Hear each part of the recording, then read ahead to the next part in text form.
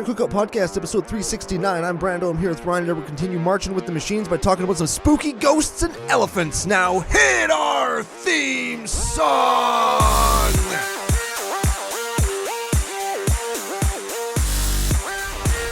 Hey Ryan, we're back for yet another whirlwind adventure.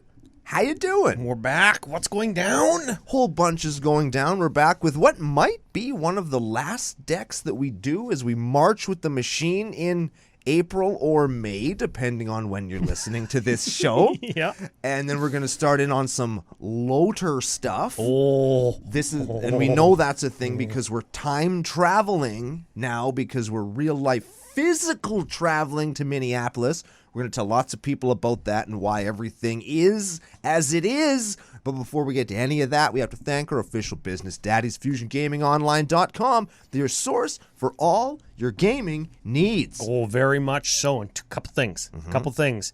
Booster packs and stuff we're giving away at CCO Experience Minneapolis. Yep. Got it from FusionGamingOnline.com.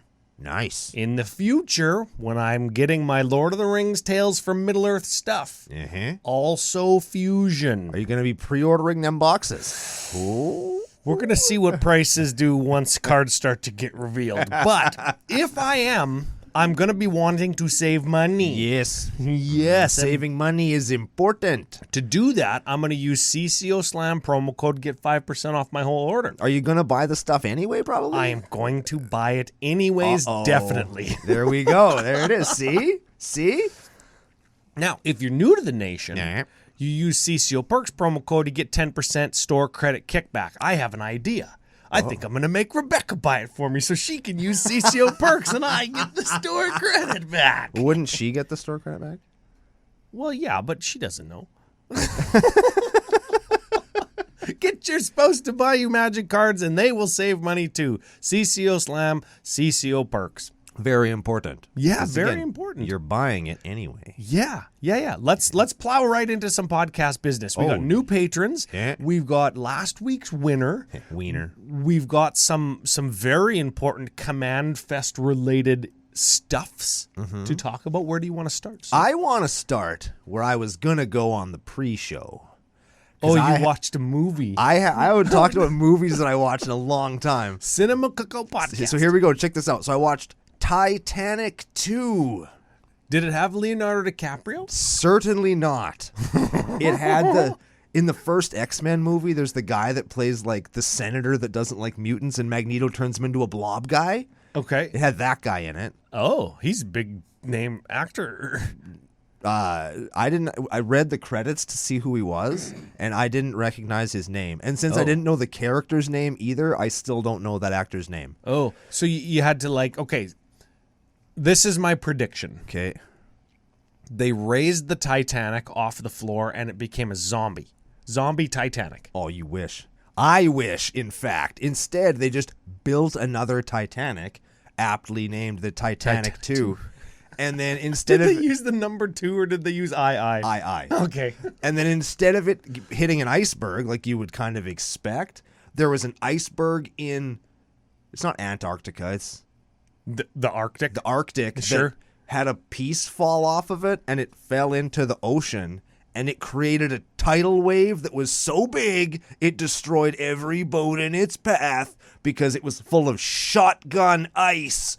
And the shotgun ice just eradicated Titanic 2. Did they call it Shotgun Ice? Yes. Okay. And as it's sinking, we've discovered that they've learned from the previous Titanic, and they have several lifeboats that are all submarines. So the Titanic is loaded down with submarines that are now full of all the passengers, and all the submarines are out floating next to the sinking Titanic, right? Yes. So our main characters are trying to get off of Titanic 2 because they couldn't make it to a submarine. So they're like trying to find diving equipment so that they can get out. Yeah. Meanwhile, a second, bigger shotgun ice wave is coming. This one eradicates all the submarines because they didn't submarine themselves to go under the wave because they're smart. They were just marining? Yes, they were just marining on the top. So everybody's dead. Literally everybody is now dead except for these 2 people that are still on the boat. The main characters. And the boat was has Magneto Blob Guy one of them? No, he was in a helicopter trying to get his way to the boat. Oh, okay. Because he is going to save everybody somehow. So Sure. the boat flips over when the second wave hits it. So now the boat's upside down, and they've only managed to find one scuba suit. So the plan, Ryan, this is my favorite part. The plan. Oh, I'm so excited for this. Is for the girl to put on the wetsuit and have the tank because, that's how the Titanic movies go, right? Yeah. And the guy his plan, and this is a real plan, is going to drown, and because the water is so cold, it will cryogenically preserve him so he can be revived on the surface. That's not how it works. That's not how anything works. I screamed at the television, and then as they You did the Leonardo DiCaprio meme? and as they escaped the boat and got into the life raft on top of the ocean, you know what happened to that guy? No. He was dead. Oh, his plan didn't work. No, his plan to cryogenically freeze himself like Walt Disney and then be revived when they got back to the surface didn't work. And that was the end of the movie. And would you give this movie any stars? No. Out of 5? Like 2. Oh, yeah. I laughed. That few? Well, it's all relative, Ryan. Why? Because now I'm on a mission. You know what I watched after Titanic 2? Titanic 1 again? No. Titanic 3. Well, stay tuned next week on Commander Cookout Podcast. Yeah. Titanic 3. This one we can just gloss over because on this one, you know what happened? No. They raised the crew of the old Titanic as ghosts and they kill everybody on Titanic 3. It was amazing. Perfect actual lead in to today's Commander, and then we'll get back to podcast business. Yes. For those who say, oh, it was 18 minutes before any magic content started. Yeah, thanks. Yeah. We got another one of those comments. They're always good for a laugh. This guy's got so much text I can barely read him. This is the new Planeswalker style. Quintorius Loremaster. That sounds dirty. I'm going to try really hard to not make that name dirtier. Clitorius Loremaster. God, you went there. Clitorius Whoremaster. Oh, I like that better. Okay, Clitorius Whoremaster, 3/5 Elephant Cleric, white, red, 3 Vigilance. At the beginning of your end step, exile target non-creature, non-land card from your graveyard. Non-creature, non-land from graveyard. Mm-hmm.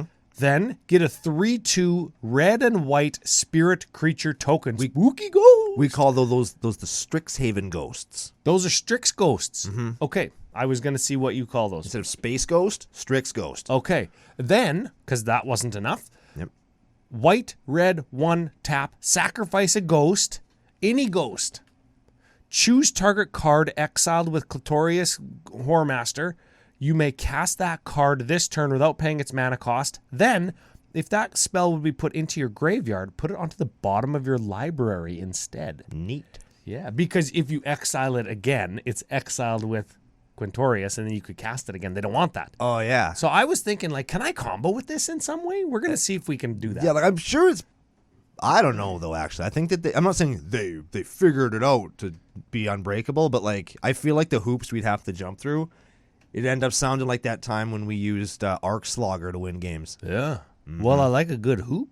Yeah. I mean, we did use Arc Slogger to win a bunch of games. I slogged some hoops, yeah. Mm-hmm. Don't Google that. No. That is a thing you don't want to look up. That's the truth. No. What you could look up What you could look up is CCO Experience. Yes. Go to the CCO Experience page on CommanderCookouts.com, and you can see the latest and greatest. Minneapolis, of course, sold out, marked on the website because the house is full. We're not all packed, but we are ready to go, and it's going to be you, me, and you'd see that if you're watching and subscribed on YouTube. Which should be because Joe works really hard. You, myself, F.U. Smitty, coming from here. Yeah. Going on a whirlwind adventure together. Yep. Getting to Minneapolis on Thursday. It's going to be 4 days this time of magic, eating, beer, magic cons, and it's going to be fantastic. Yeah, and I'm going to bring my soda cup also just in case. Yeah, okay, cool. Cool. We have seats on, I want to make sure I get this right, Sunday at 11 a.m. at the Creator Corner. If anybody's there and wants to come and meet us and can't find us, Creator Corner, Sunday, 11 a.m., If you want pictures, signatures, there'll be a play area that you can grab a game with one or both of us. Yeah. Or if you just want to show off your decks, get stuff signed. Yeah. Get me to doodle on a token, or actually get Brando to doodle on a token because he's better at it than I am. Oh, that's we so can nice to do say. all of that stuff then if you can't find us before that. Yes. We'll be around and we'll be wearing brightly colored shirts. Yep. Purple, green, blue, pink, yellow. I think your yellow one's actually ripped. But that's sad Brando face. Wow. So it's going to be a great time. Speaking of yellow shirts, Yeah, I love yellow shirts. They're my favorite color. I got yellow on the menu for the CCO summer line. Ooh. Yellow is a shirt, and I'm only doing yellow only because you asked. Oh, finally. So the yellow shirts will be limited, but that's in the works, and that is going to launch June 16th. It's a good date. CommanderCookout.com. It'll launch June 19th. That's the Monday. And the reason I say that, it's going to launch June 16. You'll recognize that date as being the first day of CommandFest Edmonton. Oh, baby. Yes. Oh, baby. Yes, that was the secret from last week that we couldn't tell anybody. I wish we could have. I wanted to so bad, and it turns out we could have. No. Well, yeah, because the show came out after they made the thing. Oh, frick. Yeah, I didn't even think I didn't even know we could have done it. I was going to do it, and then we didn't do it. But I didn't want Ryan to get mad at me. Yeah, well, I didn't think of it even. And I'm usually we do stuff like that because we know that the show is going to launch on Tuesday frickin' morning. Well, they didn't tell us when they were making the announcement. But the point is, CommandFest Edmonton, you're going. Yes. This is a threat. Yep. You are going. And when you're going and you buy your Command Pass package thingy, Yep.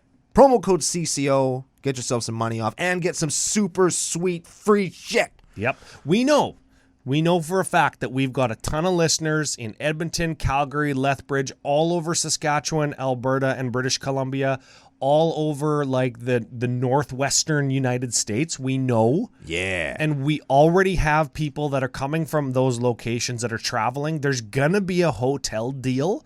That's still in the works, but there will be a discounted hotel code as well. And you're going to get money off there. You're going to get money off when you use CCO code. It's going to help the show by showing our friends at Face to Face Games that the boys are freaking excellent guys.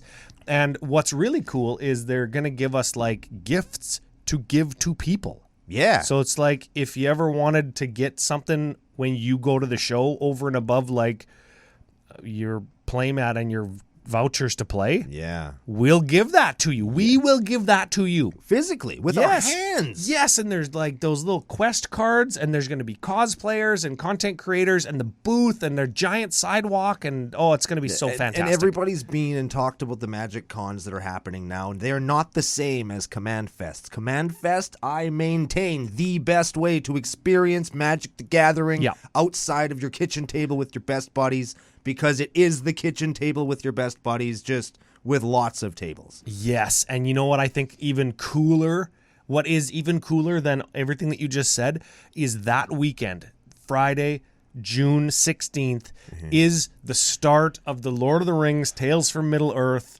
pre-release. And yes, we are playing Two-Headed Giant Sealed. Yes, I'm being forced to play in it. Yes, we're going to be on a team. Yes, we're going to cheat to win every game. Yes, we're going to take down first place because we've cheated to win. Yes, you should also play. Yes. Yes. The organizers at Face to Face were like, we want creators that are there to play in events. I was like, give me a Lord of the Rings pre-release. I will make it CCO exclusive. I want to play with everybody that's there that came there because they wanted to play Magic with CCO Nation.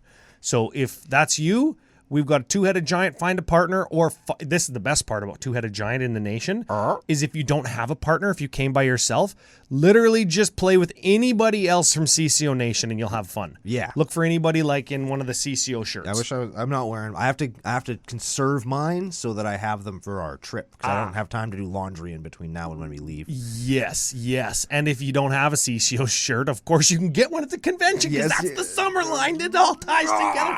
It's like I thought of this beforehand. We've done it. He's looking in the window because the guy's next to us is looking. That's Steve Cito next door. He's not Aaron McNutt. Oh, yeah. No, he's not the nut. No. Speaking of the nut. The nut. I got a winner from last week. Tell me. Guessing Gimbal. Gumball. Man, played against the pre-cons at EDH&M on Thursday. What? Played against all 5 of them. As I said, somewhere I'm sure, the Knights one far and away is the best. I thought you said the Knights one is the best. Yeah. Knights one is the best. Yep. The rest of them are not very good, but they all functioned properly, including Old Gumball. Oh, cool. Yeah, like it did the thing. It made some 3-3s and 4-4s, and then it lost the game. Yeah, you thought that he was not impotent. Turned out he is. Yes. Ooh. Turns out 1-4-4 at the end of an upkeep stage step isn't really that good. Yeah, not good. But I'm convinced he's still cool. I like our deck that we built way better. Yes. Or I guess we didn't build it, but the one we talked about last week, go check it out. The winner that guessed it on last week's pre-show, if your name on YouTube and is probably your real name, Cheese Curl 2. Number 2 or digit 2? Cheese Curl Digit 2. Oh, man, definitely a real name. Yeah, yes. So, tell him how to win. Cheese Curl, here's what you do, my friend. What you do is you go onto your email account, you email commandercookout@gmail.com with your Cheese Curl 2 name and your really real mailing address, including postal or zip code, so that we know where to send your prize to. Then you pick a prize from amongst the ever-popular CCO token pack, the even more popular CCO sticker pack, or the lame-ass actual pack of Magic the Gathering cards. We will then send them to you. That is all. Yes. Yeah. Yeah. It's easy. Speaking of us sending stuff to you, the first ever Instagram giveaway post did really well. Cool. Sent out the boulder and some booster packs and some CCO stickers and sleeves. Ooh. So we got another one. Links to the CCO Instagram in the show notes, wherever you find the show. We've got some more sleeves. Okay. Black and white. And we've got... Shouldn't they all be one color so you can... Oh, yes. Black box and white box. 100 of each in each box. I see. Okay. That's important. That's Yes. important to note. CCO stickers, of course, as always, because I love throwing those in there. Stickers are awesome. And a collector boosty. Oh, Yes, I don't know, about a $50 value. man, I want to win that. How do I win this? You go on win to it. Instagram.com/CCO Podcast, you share and you post it to your story and you tag your friends and you make us successful there because you love CCO Nation. Oh, we appreciate that. It's like the easiest and freest way to help. Yeah. Yeah. Everybody likes free stuff. Yeah. I got one more piece of podcast business. Tell me. We got some nicknames. Oh, shit. Oh, baby. Okay. Let's rail these people. We got a returner coming back to patreon.com/CCO Podcast. This is Alexander Halliwell. I don't remember his nickname. Oh, man. Oh, I hate when that happens. Jerry Halliwell, my favorite Spice Girl.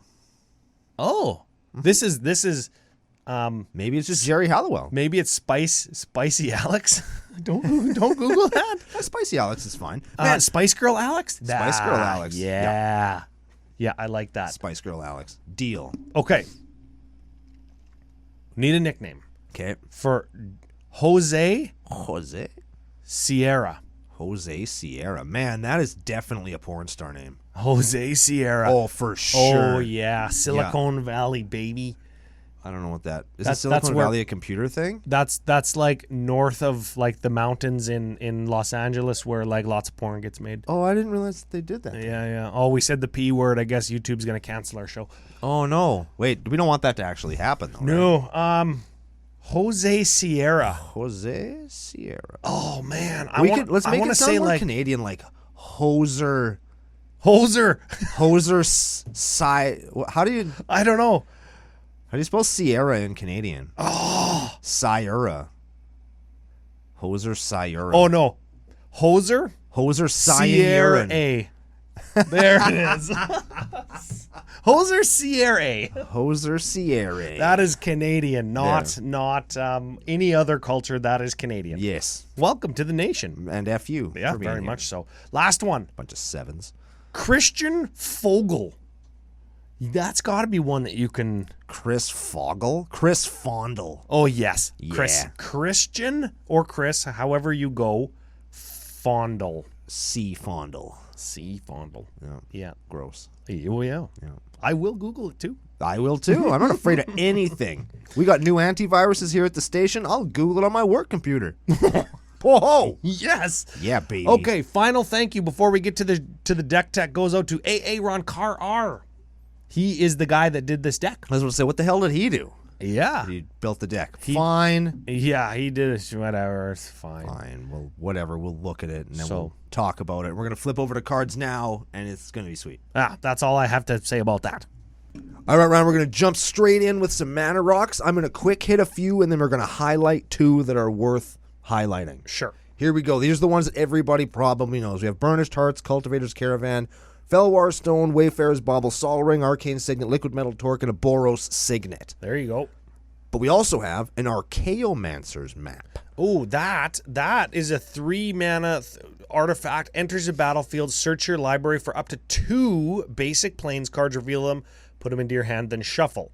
Also, whenever a land enters the battlefield under an opponent's control, if that player controls more lands than you can put a land from your hand onto the battlefield. That's sort of... It's shitty burgeoning. It's sort of land tax also, though, right? Yeah. It's not as good as either of those 2 cards, but it's both of them on a single card. And it's a 3-drop sort of cultivate in white. Neat. Right? Like, this card is good, and it's $11. Like, I think that this card is good. And a lot of people were like, oh, yeah, it's really good. When it got printed, they're real hard for it. Then they got really soft on it because they're like, well, it's 3 mana. Yeah. And I'm like, wait, no, hold on a second. It's burgeoning, and it's frickin' Land tax. Or burgeoning and cultivate. Yeah. Like, it's all 3. Sort of. So this card's good. It's What's the other ones that people ought to know? In this deck specifically, we have a Patriarch's Seal. Patriarch's... that's a weird word, hey? It is kind of weird. It's a 3-drop mana rock, so you know it's going to be welcome in CCO Nation. That's right. It's got a cool picture.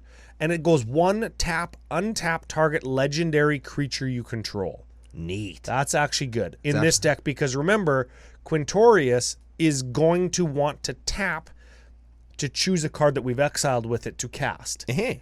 And we're going to want to do that often because we're packing a little bit of a punch with regards to cards that we're going to exile. Yes. Right? And we're going to cast them for free for 3 mana, and we want to be able to do that as often as possible. Absolutely, we do. Let's hit some removal here real quick, too, Sure. because they're the things. We have an Abrade, a Rip Apart, a Wear and Tear, goddamn sideways cards, a Generous Gift, a Vandal Blast, a Path to Exile, and a Swords to Plowshares.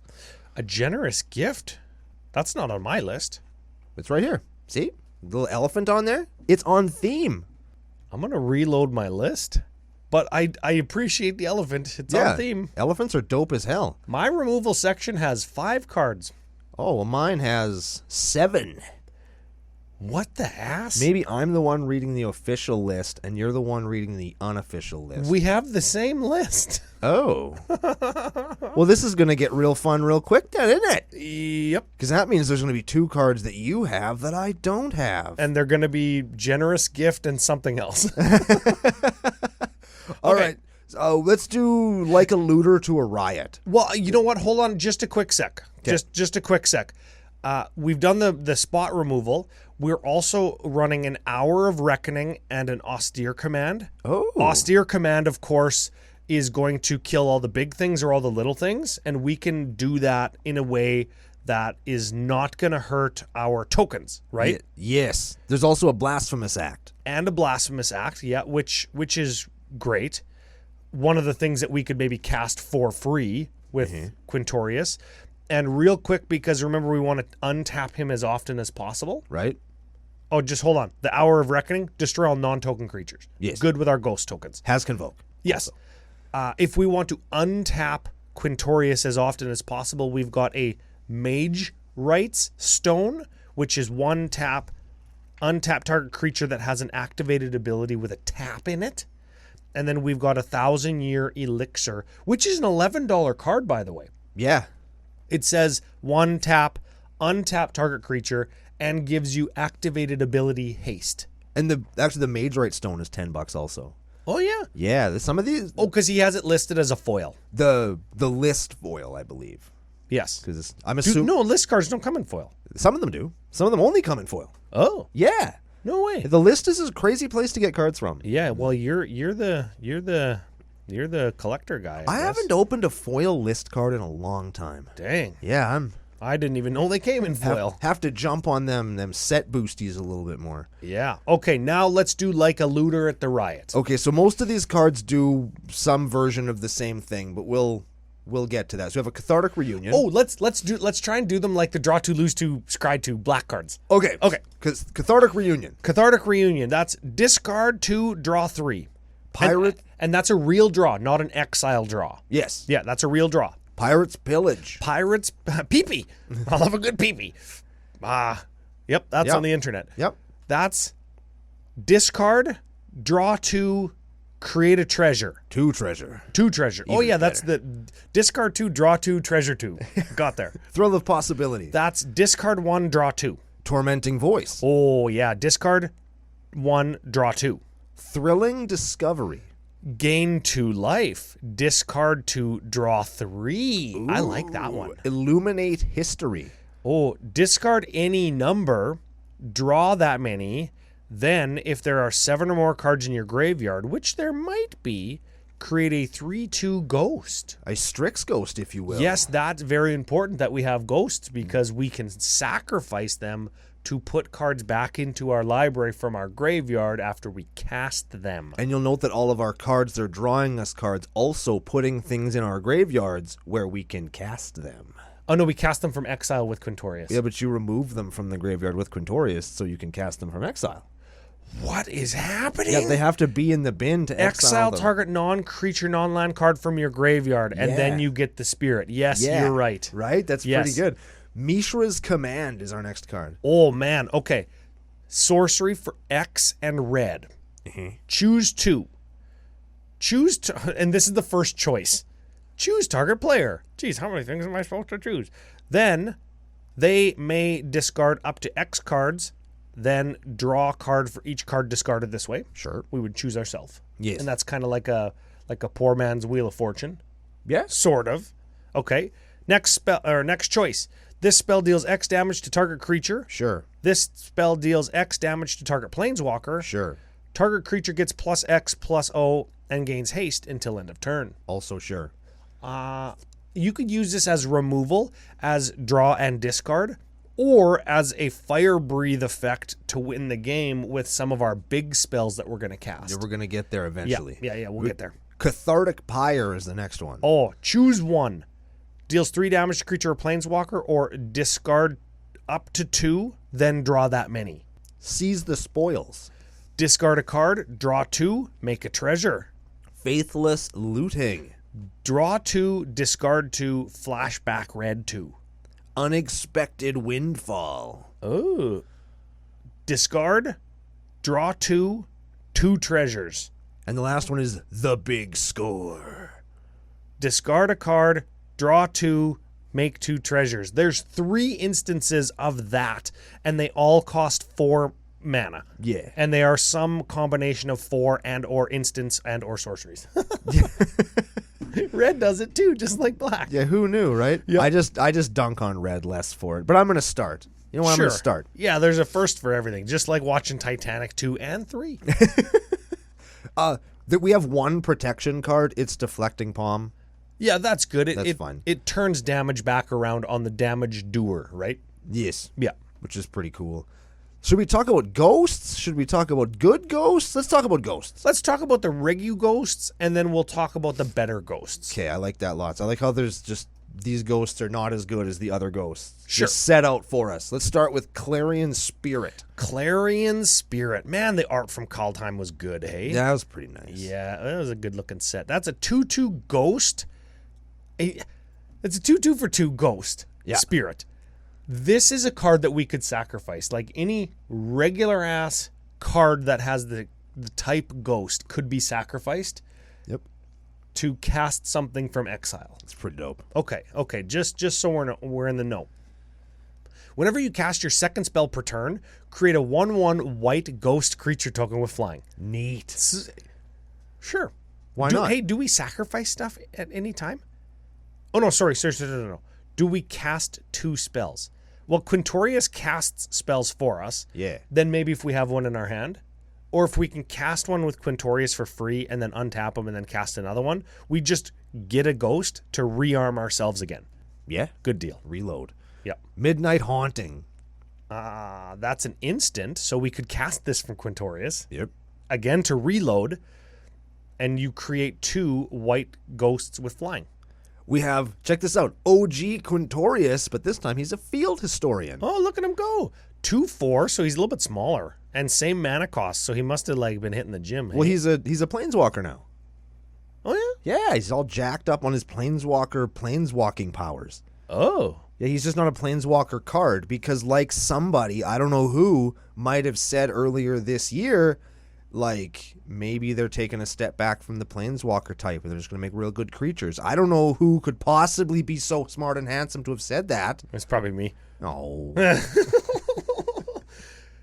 Old OG field historian Quintorius, 5 mana, 2/4 elephant cleric. All ghosts you control get +1/+0. Neat. So now the Strix ghosts would actually be 4/2s. That's like formidable. Hey, like as soon as you got like a bunch of 4/2s, you're doing okay. You're doing some work, I think, right? And anyways, whenever one or more cards leaves your graveyard, like I don't know, with our commander, you make a 3/2 red and white spirit creature token.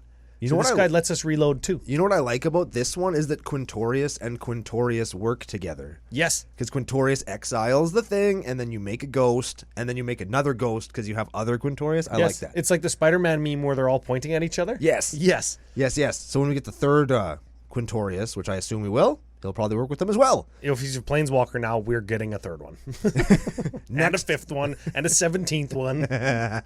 Next card is Spirit Cairn. All right, this is Enchanty for red 2. Whenever a player discards a card, you could pay white. If you do, you get a white spirit creature token with flying. No, we don't really make people discard cards. No, but we're discarding with all our looting cards. You're right. Yeah, we got like 12 of them. Make a ghost. That's good. Triplicate Spirits. Oh, Convoke. 6-drop sorcery, but it's got Convoke, so we got to have tokens to tap them, and then we pay for it for free.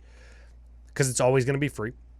Put 3 1/1s with flying onto the battlefield. Ghosts. Make 3 ghosts. Yep. Spiritual Procession. Spectral Procession. This card ruined Standard for a while back in Shadowmoor days. Mm-hmm. This is hybrid mana cost white or 2 times 3. Yes. White 2, white 2, white 2. Put 3 ghosts onto the battlefield with flying. Sick. Benevolent Offering. Oh. Some sexy ladies on that card. Yeah, there you go. They look like the Nazguls, the Nazgals from Rings of Power. Choose an opponent. You and that opponent each get 3 1/1 white spirit creatures with flying. Choose an opponent. You and them both get 2 life. If you can, something about gaining life. For each creature you control. Sure. So that's an offering card. So we choose 2 different opponents or the same opponent, and we both get the same thing. Yes. Yeah. So you mean to tell me that the Nazguls in Rings of Power are ladies? Those weren't they the kings of humankind? No. That's just what I call them. They're not actually Nazgul. Okay, I was like that's a little weird. The Nazgals, because they're all ladies. Haunted Library. Haunted Library. The art on this card is very nice. Oh, yeah. It reminds me of the Haunted Mansion at Disneyland. Yes. Whenever a creature an opponent controls dies, we could pay 1. If we do, we get a ghost. Lorehold Command. This one has Quintorius on it. Yeah, because he's the Loremaster guy. Oh. Yeah, he's like the boss of that campus. Oh, I didn't know that. I think. I always thought he was just a bro that was there. Yeah, he's like the main guy. I figured he lived under the stairs at his like foster parents or uncle's place, and he like had this little small room, and everybody was mean to him. But then it turns out that he's a wizard, and so he went to the train station and walked through a wall. Oh, I think you're thinking adventures. I think you're thinking of something else. Oh, okay, all right, that's fair. Oh, that's fair. Okay, well, this is a instant for 5. Instant for 5, unplayable. Unplayable stuff. 5 mana. Oh, whatever happened to casting an instant on your own turn?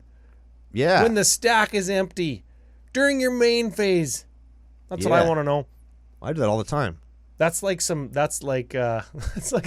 conservative talk sounding speech. When I was young, people cast instants like they were sorceries. And if you don't agree with that, well, the country will be better without you. Oh, that's bad. That's bad. Okay, what does Lorehold Command do? Create a 3/2 ghost, sure. Creatures you control get +1/+0 and gain indestructible until end of turn. And haste. That's pretty good. That is pretty good. That's a good one. This could be a win con almost. Deals 3 damage to target creature or to any target, and we gain 3 life. Dope. Yeah, that's always good because now it's a removal to get blockers out of the way. And you can sack a permanent to draw 2 cards. I like that. And you choose 2 of those at instant speed. So you make a ghost and draw some cards. That's pretty good. I like exiling this from my graveyard and then later casting it when I have a whole army of flying ghosts and now they're all 2/1 flyers. Ooh. And I can maybe use the I can use the 2/1 like the pump ability and the lightning helix ability to like get damage in.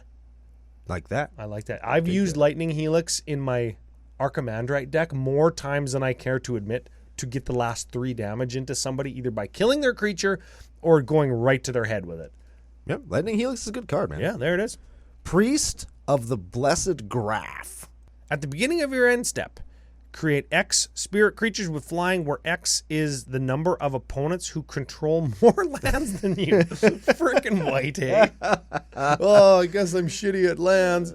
Guess I'll make 1/1s. Guess I'll make ghosts instead. That's a 1/2 for 3, by the way. Promise of Bunray. Ooh. Promise of Butt Ray. I like that better. Yeah, she's gonna be stinky.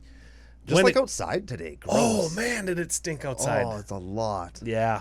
Spring is great, but the smell. Yeah. Whenever a creature you control dies, sacrifice Promise of Butt Ray. If you do, rip your pants. Just kidding. Create 4 1/1 ghosts. These are shitty ghosts. Yeah, they these don't ones, fly. These ones don't fly. Man, you gotta have lots of freaking different tokens with this deck man. already, just like last week. Release to memory. Release to memory. Exile target opponent's graveyard. For each creature exiled, you get a 1/1 ghost. Hey, that's pretty good. I actually like that card quite a bit. And this is an instant, mind you. Yeah, it's a good one. Yeah. That's a solid one. Thalia's Geist Caller. Oh, you know what? Release to memory. Yeah. And then you give your guys +1/+0 with and haste with lore hold command. Mm-hmm. Like if you can Quintorius twice in a turn, those 2 cards could maybe win you a game. Yeah. That's pretty good. Yeah. Anyways, Thalia's Geist Caller. Correct. You cast it from your graveyard. Whenever you cast a spell from your graveyard, create a 1/1 ghost, and you sacrifice a ghost, and it gains indestructible until end of turn. Do we cast spells from our graveyard? We don't. We cast them from exile. Cut this. I would cut this. Twilight Drover. Whenever a creature token leaves the battlefield, which is lots, put a +1 counter on Twilight Drover. That's good. And remove a +1 counter from Twilight Drover. Create 2 1/1 white spirit creature tokens with flying. So we sack a ghost, then we use this guy to create 2 ghosts. Yes. Nice. Last one, Spirit Bonds. Spirit Bomb. Ooh. Yeah, that's Yeah. pretty close. That's pretty close. Wow, this guy's got novel. Cool picture. Enchantment for white 1. Whenever a non-token creature enters the battlefield under your control, you may pay white. If you do, put a white ghost token with flying onto the battlefield. So we're doubling our creature, kinda. Yep. But we got to pay mana for it. Sure. Poor man's anointed procession. Also, white 1, sacrifice a spirit. Target non-spirit gains indestructible until end of turn. That's fine. That's fine, yeah. Okay, let's do the not shitty ghosts, and then we'll talk about how we're going to win games. Sure.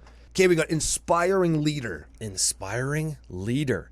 Commander creatures you control have creature tokens you control get +2/+2. Boom. Now your dudes are 5/4s. Yeah.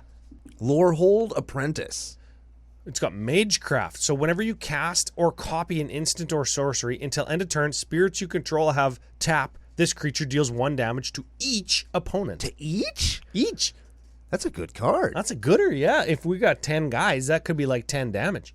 Now we're getting into cards that your boy plays.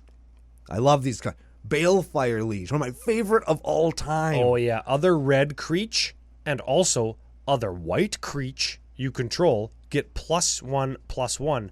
And I'll have you remember that our 3/2 ghosts are red and white. Yes. So if we have a Balefire Liege and an Inspiring Leader, now they're 7/6s. 7/6s. Yeah, that's nothing to shake a stick at. Well, you could shake a stick at them, but then they'd kill you because they're 7/6s. Yes. They also have whenever you play a red spell, it bolts something, and whenever you play a white spell, you gain 3 life. So it's like half of Lightning Helix. But we could just chain those ones that, like, say, make a treasure when you cast it. Yeah. We have cards in here that make more treasure tokens. We'll talk about it in a second. If we could chain a bunch of those together, we could get red spell, red spell, red spell, red spell, red spell. We'll talk about that in a second. This guy is a bomb. Like, reading him doesn't do him justice. It's Nayali Sun's Vanguard. Yeah, does Aiden play this one? I do. You do? Okay. I do. This is a 3/3 human rebel for white, red, 2. Attacking tokens you control have double strike. Oh, yeah. So now our frickin' ghost hit for 6 or 8 or 14. Twice. Yeah. Okay. He's really good. Whenever one or more tokens you control attack a player, exile the top card of your library. During any turn you attacked with a token, you may play that card. Cool. So you can just play it. So it's chaos draw that, like, yes, it's got a hoop you jump through to play the card, but it's not like the card goes away if you're not ready to play it yet. He's very good. Any turn you attacked with a token, you can play that card. Yeah. So next turn, if I already played a land this turn and I exile a land with Nayali, I can play that land next turn. Yep. If I attack with a token. Correct. And even if I can't get through, I can just attack with a... Do they have to deal damage? Nope. Any turn you attack with a token, I can just throw away a 1/1 that doesn't fly. Yeah. And just be like, oh, take 1. Or you could throw 1/1 in there and then activate Quintorius to sack him to cast a spell for free. Oh, Like, yeah. You're out nothing, and you've got access to that card. It's very good. You have access to that card plus the Quintorius card. Yeah. Oh, yeah. Okay, that's a card advantage engine. Hoffrey Ghost Forge. I think this card's good, too. He I is. think that this guy's got a EDH deck, actually. Aiden plays this one, I think. This is 4/5 dwarf cleric. Hey, cleric tribal? Maybe not. For Boros and 3. Spirits you control have +1/+1 and have trample and haste. Of course. Okay, good. Give him Hample. Yep, Hample. Or taste. Actually, it would be thaste. Yes. Thaste. Okay, whenever another non-token creature you control dies, exile it. If you do, create a token that's a copy of that creature, except it's a spirit, in addition to its other types, and has, whenever this creature leaves the battlefield, return the exiled card to your graveyard. Ooh. That's pretty good. That's pretty freaking good. That's a good one. Yeah, you know what I would... no, I was going to say, I'd like to see some white reanimation in this deck, but we've got other stuff that's actually better. Yes. Yeah. So we're making tokens, obviously. Yeah. We're going to get into the budget breaker section of the deck. Oh, yeah. This is 2 cards. Hey, everybody in podcast land, put on your thinking caps. Let's play a game. Yeah. Let's play a game together. There's 2 cards in the more token category equaling 80 US freedom dollars. That's about 271 Canadian at this point. Yep. What are the 2 cards? I would guess they're 4 mana, enchantments or artifacts. No, one is not an artifact, but one is certainly an enchantment. Yep. It's called Anointed Procession. Yes. If you would make 1 token, make 2. Yes. And Mondrak Glory Dominus, Phyrexian horror creature, 4 mana, 4/4. If you'd make 1 or more tokens, you make twice that many. That's pretty good. And it has a way to make it indestructible as well. Yeah, that's fine. Whatever. We're using it to make more tokens. And when I said, remember, we got those 4 mana ones that put 2 treasures into play? Yeah. They virtually pay for themselves if you have one of these, because you get 4 mana, draw 2 cards. Right. Or draw 3 cards? Let's see here. Pirate's Pillage. 2 or 3. As an additional cost to cast this spell, discard a card. Sure. Then draw 2. Yeah. So we discard a card and this, and we draw 2. Mm-hmm. And we make 2, but now 4 treasure tokens. Mm-hmm. So if we have more card draw, like Pirate's Pillage or Unexpected Windfall or Big Score, right, we just cycle those cards together and together and together and together 3 or 4 times. Oh, yeah. And every time we do that, we might be able to create spirits when we cast stuff. Sure. And we're discarding cards to fill up our graveyard. Yeah. Right? So then we say, go. And then at the end of our turn, we exile a thing and we make a thing. And on our turn, we move into the stuff that we might actually want to cast from exile with Quintorius. Which we're going to be to in just a moment. Oh, First, we're we not have going to- there yet? No, we have to talk about a couple utility cards. Oh, we first. should have done these at the start. No, these are fine. These are cool. Stonebound Mentor. Whenever one or more cards leave your graveyard, yeah, like what I was just talking about, you exile them to make a thing. You scry one. That's pretty good. Yeah, I that's like that card. It's got Quintorius on it. Yes, it does. Yeah, there you go. Battle Mage's Bracers. Don't you like this card? No, I did. No, I don't. Oh, okay. This is an equipment. Equipped creature got haste. Haste. Whenever an ability of an equipped creature is activated, if it's not a mana ability, you may pay 1. If you do, copy that ability and choose new targets for the copy. That's fine. Ooh, so whenever we activate Quintorius, we can actually cast 2 spells from exile. Yes. That's actually good. That's pretty good. in That's this pretty deck good. For sure. Yeah, that's good. That's good. Last, we have a Drum Bellower. Oh, untap all creatures you control during each player's untap step. Shouldn't that go in the untappy section? Because that untaps Quintorius so we could use him every turn. I suppose. Yeah. Yeah, I don't know. Drum Bellower almost makes me want to play like the artifact mana dorks, like Goldmere and Plaguemere and Ironmere. Ironmere. Yes, Yeah. that's the red one. Yeah. Just so I can have my creatures untap to pay for Quintorius every turn. Yeah, I mean, I'm not hurting. Why is he is he playing a drum? I can't really see what's going on in the art there. There's a bunch of floating arms and like a piece of shit on a floating wagon. What the hell is that? He's certainly not bellowing. I know what it is. I don't even see a drum. I know what it is. It's a spirit. So we could gain some financial benefit from this card in this deck, just in case we needed something. It is a spirit. So Drum Bellower, as a flyer too, might be able to pound. Yeah? He might be a pounder, not a bellower. He could pound faces, slap lips, instead of pounding drums and slapping himself. Yeah, I suppose so. Now let's win. I love winning. It's win time. We got 3 cards dedicated solely to taking down games. Oh, man. And did I take down a game with one of these mother-ass cards on Thursday? Holy smokes. One guy who never even seen it, it's Corey, and he listens to the show. He's like, wait, does that do all of that? Yeah. And, and then Jay was like, well, yeah, you got to control your commander. And I'm thinking, well, yeah, but I do. It's like, wait, all of those? Yep, all of them. This card does all of these things. Yes. And that card is a Chroma's Will. Can I read this one? You read it. It's an instant for white 3. Choose one. If you control your commander when you cast it, you get both. When you cast it, it doesn't even need to resolve. Yeah. Like it checks on cast, and it's all for 4 mana. Like, this card has no business being 4 mana. No, not at all. This card should be 6 mana, like at least. But Ryan and Brando, what does it even do? Frick. Let us tell you. Creatures you control gain flying, vigilance, and double strike until end of turn. Oh, Sure, why not? But that's only one thing. that's fine. But what's the other thing I could choose? The other thing you could choose is creatures you control gain lifelink, indestructible, and protection from all colors until end They of get turn. protection from all colors, so they can't be blocked, and they get double strike. Yeah. Fantastic. And lifelink. And lifelink And as indestructible. And flying, because they're not hard enough to block. as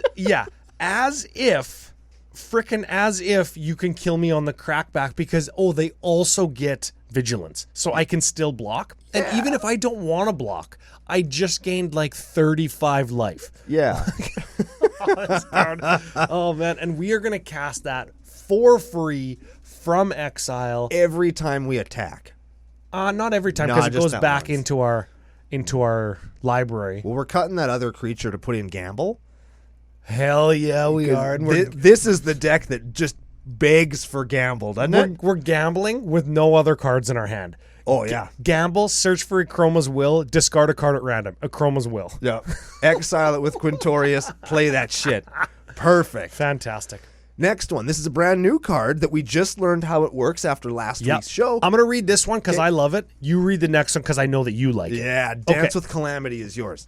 It's almost like Aaron Carrar knows us, eh? Yeah. D with the C. Yeah. Don't Google that. Yeah. But do. But Cool away. maybe not on your work computer unless you're Brando. Sorcery for red 7. So you know we're casting this for free. Yep. Shuffle your lib. Ooh. How come I've never said that before? I don't know. Okay, shuffle your lib as many times as you choose. Oh, frick. Oh, man, the D with the C. That's why it's my favorite card. Oh, we're It's doing my it. favorite card from the set. Okay, you may choose to exile the top card of your library, and as many times as you choose. You can do that. As long as the total mana value of all the cards you exiled is less than 13, you can cast any number of those spells without paying their mana cost. Dang. I do like that. You know what I really like about this card, though? Tell me.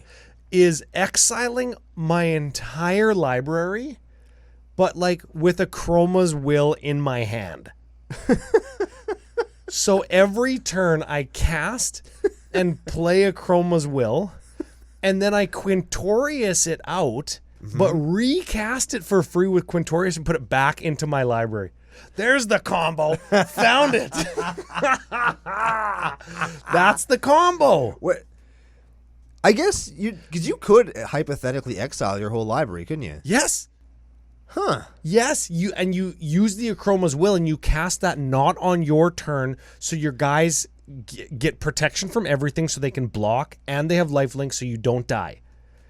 And as long as you can do the Quintorius thing, you can put it back onto the bottom of your library, and if it's the only card, then you can cast it every turn. And it doesn't need to be a Chroma's Will, but it just makes it so like Quintorius doesn't die. Yeah, I like that one. As long as you have the mana to like activate Quintorius. You could even save it in exile and cast it if somebody goes to kill Quintorius. And if nobody goes to kill him, you do it at the end of player 4's turn, so you don't draw out and die. Yeah. Hey, boo-boo. Hey, this is a picnic basket. Oh, and the last card in the deck is Surge to Victory. Ryan is right. I love this one. Red 4, also my favorite mana cost. Yep. Exile target instant or sorcery card from your graveyard. Creatures you control get +X/+O until end of turn, where X is that card's mana value. Whenever a creature you control deals combat damage to a player this turn, copy the exiled card. You may cast the copy for free. Ah, that's actually good. Yeah, that's it is. pretty good. I Yep. was gonna say like you could exile like a Blasphemous Act. Be pretty good. See, and if you do that with a Brash Taunter in play, Yeah. right? Oh man, we could cut that Spirit Guy, play Brash Taunter. We could cut Battle Mager's Bracers and play Phyrexian Vindicator.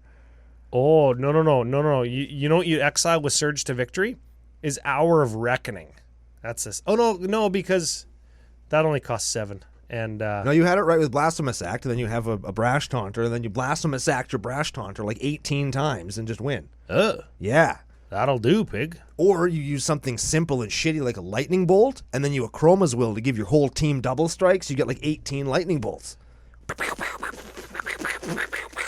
That's what that sounds like. Yes. Because you're shooting in the air. What if you exiled like Lorehold Command? Because then you got, not only do you got Lightning Bolt, you actually get Lightning Helix. Oh, There you go. There you go. There's a thing. You know what I'm realizing is when I reloaded the deck just as recent as today, it doesn't have some of the cards in it that I made show notes about. When we move to strengths and weaknesses in the budget section real quick, Which is now.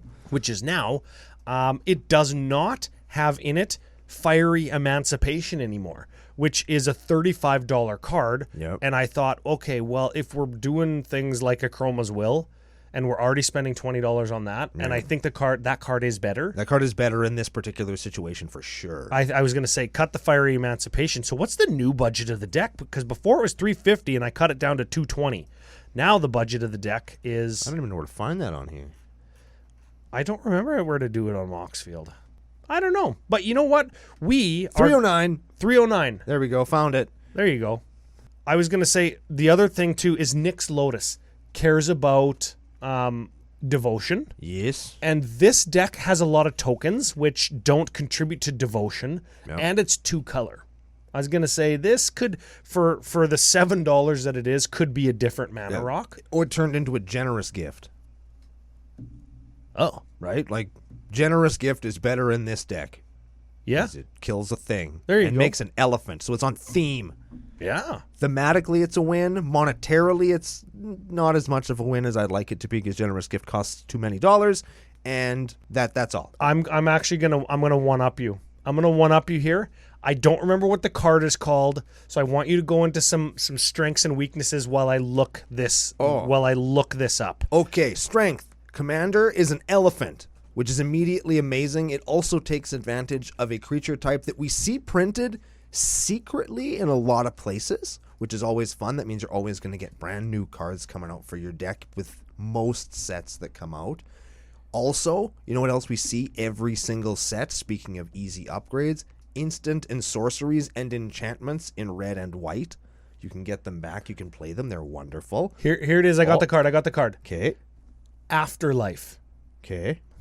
This card is on theme. Okay. It's from Mercadian Masks. Oh, I love it. And it's a removal spell at instant speed.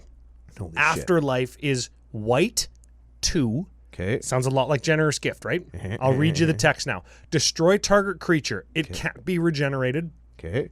Its controller creates a 1/1 white spirit creature token with flying. Lol. Bang. Like bang on the money, right? That is cool. And if we wanted, we could destroy our own creature to get another shitty ghost that gets buffed by our guys that care about ghosts. Oh, yeah. And or we have a ghost to sacrifice to do stuff. Yeah. Afterlife. And that gem from Mercadian Masks, 20 cents. If you want the foil, $6. Because mask foil multipliers. Mask foils are lots, and I know that. Yeah. Because I've tried to get them. Weaknesses of the deck is, as it's built, it's only got the 3 humdingers of win the game cards. Yep. And without them, what you're doing is you're cycling cards in and out to draw cards, which would get you to your 3 cards. Yep. But once people learn that they're coming, then you kind of are in trouble. And anything that really telegraphs what it's doing, in that it hinges on you resolving a specific card at a specific time, is a weakness of a deck, because there's a flashpoint at which you can just be stopped. I would agree with that, but I'm gonna turn that into a positive. Okay. Sometimes attacking with Creech, like with your ghosts, Right. that's just the... Sometimes there's nothing better than just turning guys sideways to win a game of Magic, right? It's just because the guys here are smaller, so it's harder to... It's like attacking with just saps. Yeah, exactly. Instead of doing it with Jetmir. Yeah. You turn that back into a positive. I would commend the deck for not trying to force too many of the 7, 8, 9, 10 drop cards that I can air quotes cast for free because I can. Because then when you're stuck with 6 of those in your hand, like I was on Sidewalk Slam when I played Bryon Soutarm, right? It's like all 7 drops in my hand. I only had 5 mana, right? If you don't add too many of those big cards in and keep the deck lean and give it the ability to cycle through itself, to find your Chroma's Will, to find your Surge to Victory, that's what's going to probably lead to the deck functioning at a higher level more often. And I mean, I don't want to spin that into a weakness, but I think that one of the things that I did notice about the deck is, yes, you're playing cool stuff for free with Quintorius, but a lot of the time what you're doing is you're paying 3 to cast something that costs 3 from your graveyard, and the impact of those is less splashy than playing a Warp World or I'm trying to think of something that costs 10 in white that doesn't suck, but I can't. But you know what I mean. There used to be a Storm Herd in this deck. There we go. Storm Herd would do it. That costs 10. 8 white. Get a 2/2 Flying Pegasus or is it a 1/1? You get a 2/2s, You get a 2/2 Flying Pegasus with horse creature token for your life total. So you get like 40 of them. Yeah. Right? Like that's going to be a game winner when you can also untap Quintorius and play Lorehold Command and give him +1 and haste and trample or whatever, right? Yeah. And those are the things that I just personally, I like those big splashy things. I like that lot. Yes. And this deck is built very lean. It's built very well. And it's built to do the value over time thing more than the just get fucked stuff. The fantastic part about it is we know Aaron, but we're not in his mind to know what his play style is. And the deck used to have Stormherd. Maybe he took it out, or maybe he wanted it to be more lean because that's better in his meta, right? And over time, that's the kind of thing. Like, how many big splashy win the game spells do I play? over time is how the deck evolves. Yeah. Sometimes it's more, sometimes it's less. Always more. And that's why Magic's complex. Yeah. And then when people say, hey, well, how do you talk about Magic for 369 episodes? That's how. That's how. It's a hard game, man. That's how. There's a million different, I forget the word I'm looking for, but there's a million different ways of doing any one thing, and it's why it's one of the best games that's ever been around. Yeah, levers and plugs. Can we say levers and plugs on the internet? I can't see why not. Levers plug. Lever plug. Lever plugged when you cast your D with the C. Yeah. And I think we can probably skip budget because we talked about the budget busting section, and quite frankly, once you hit $200 for a deck, that's pretty good. That's what a deck costs if you're building it from the ground up, buying every single card in it. This deck would cost you less to build in real life because you probably have a lot of these things just from opening packs or knowing people that play Magic, because they're commons, they're uncommons, they're not hard to find. And the big investment cards are cards that you're going to use in other decks if you decide you get bored with this one and want to try something else. Yeah, those are the Sacred Foundries, Arid Mesa, Sundown Pass, Inspiring Village, or Advantage. I mean, those are the Boros-colored lands that equal, like the mana base is nearly half the cost of the deck. And really you could play basics, and you would do well to play lots of planeses because a lot of things in white say search for basic planes. If you wanted to substitute any of those things in something like a charge across the Araba, if you didn't have the funds for an Akroma's Will, you could just play sweep cards like charge across the Araba. Your whole team gets buffed for each planes you bounce to your hand or sweep to your hand. That's going to kill people probably as often as Akroma's Will, because you're going to have so many flyers. So there's my little nod to the budget players right there if you don't want to spend $200 on a deck. Okay, that's what I got. Thanks to Aaron is what I'm going to say for submitting the deck. He's coming to CommandFest Edmonton. We are going to play Two-Headed Giant, jam games, drink beer, go to places to get food. Yeah, we are. It's going to be fantastic. And remember, everybody, CCO code when you buy your CommandFest packages. You're going to get a discount and a free gift June 16, 17, 18. Also remember promo code CCO Slam at checkout when you buy stuff you're going to buy anyway when you do come to CommandFest Edmonton, because you're all coming. Yes. I hate to tell you, but make the plan, because you're all coming. We're going to see you there. It's going to be a great time. CCO Slam, FusionGamingOnline.com. Save 5% off your whole order. Thank you to them for supporting us and helping us get where we're at. Thank you guys even more for helping us get where we are and keeping us where we're at. We appreciate you. You're 7 out of 10s at the very best. And we're going to tell you about another deck submitted by you on the next episode of Commander Cookout Podcast. Hit our theme song!